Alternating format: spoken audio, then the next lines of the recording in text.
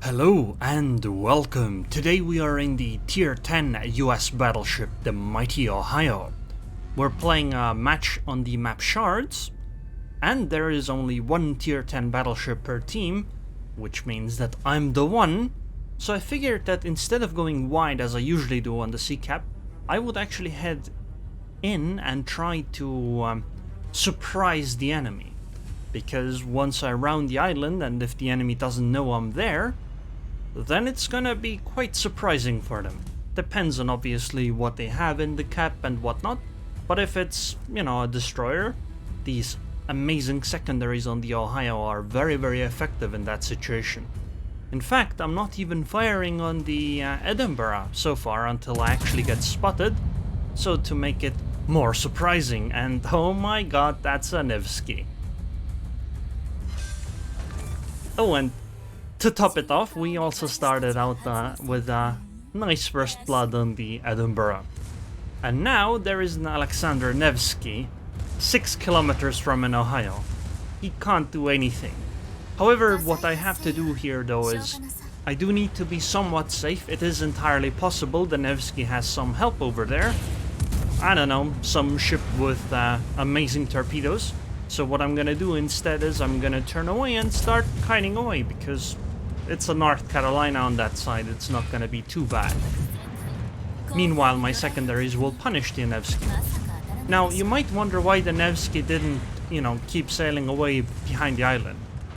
My guess is that she was afraid of showing broadside to me and the JB, because obviously we might be able to citadel her.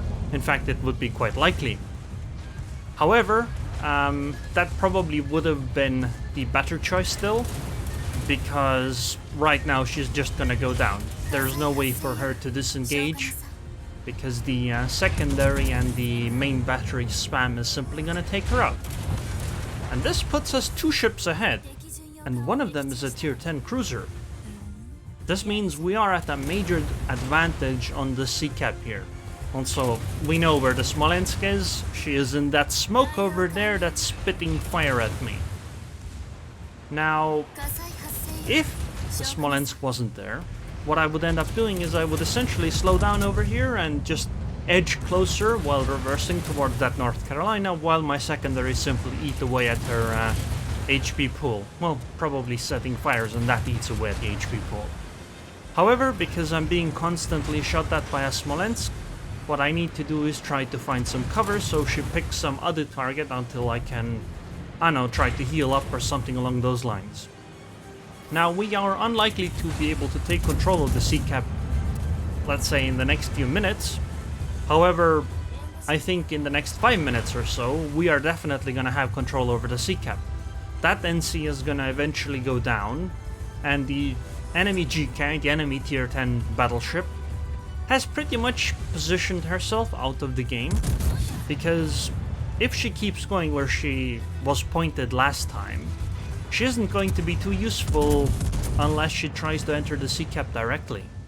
Because, you know, the JB and I are gonna be behind the island over here on this side, while the GK is on the other side, which means that she just can't really fire on anyone. Okay, maybe she could fire on our Edinburgh or Brindisi, depending on how they position. But I mean, the enemy only has an NC and Smolensk over. Oh, there's the Smolensk. Well, I'm gonna turn away, because I still haven't healed up quite well enough. I think the JB also shouldn't try to fight the Smolensk. It just doesn't make sense. You don't have enough to gain from that. Especially if the JB, if she goes over there, has to engage the GK. Right now the Smolensk is firing at me. Luckily the border is saving me from some damage. But because the Smolensk kept firing at me, I'm not gonna fire on the NC. This will keep me unspotted and, well, I should be okay. Oh, or I guess I can try to take a shot on the Smolensk. That seems to be smoking up, which means that she's gonna slow down. Come on. And there she goes. This is karma for firing so much HE at me. And I absolutely love it. Now, they only have the NC and the GK over here, so we're definitely gonna take the sea cap. There's nothing they can do. All I have to do is sail closer. The JV has to sail closer, and that's it. The NC has no chance of disengaging at this point. She is most definitely gonna go down here, and the GK has still positioned herself very, very poorly. Imagine if the GK had tried to, I don't know, do what the NC did. She could have at least been able to be in the fight the entire time. But nope, she decided not to, so this means that now she has 100k HP when the enemy team has pretty much lost the game already. Ooh, that was a terrible salvo, 5 ricochets, but it's okay, I'm gonna be within secondary range in a bit, and to top it off I have quite a few allies over here, and the enemy does not anymore at least. You know, no cap points have actually been taken. It's over 7 minutes into the match and we just took the first cap point, the A cap. However, the red team has lost 5 ships, we've only lost 1, so if they lose the wrong ship now, it's gonna be game over. I think our JB is gonna go down though. I don't find it likely that she can win a fight against the GK at close range like that.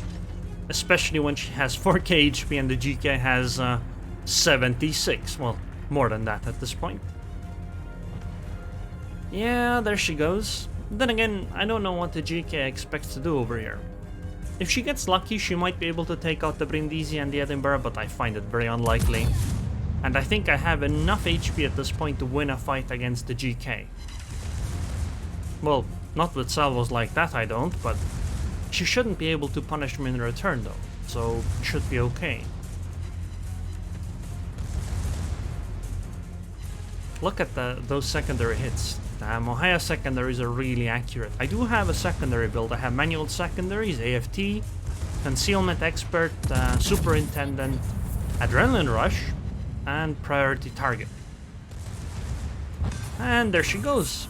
And that puts them below 100 or 0 points, which means that we win the game. Unfortunately, I messed up the recording of this match, so I don't have the end screen, but this was an 8-minute game. It's kind of unbelievable.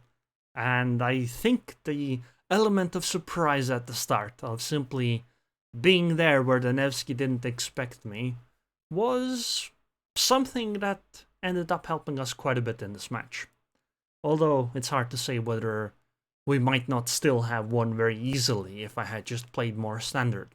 Anyways, I hope you guys enjoyed this video. I would like to thank the patrons on Patreon. Thank you very much for your continued support, and I hope I'll see you guys next time.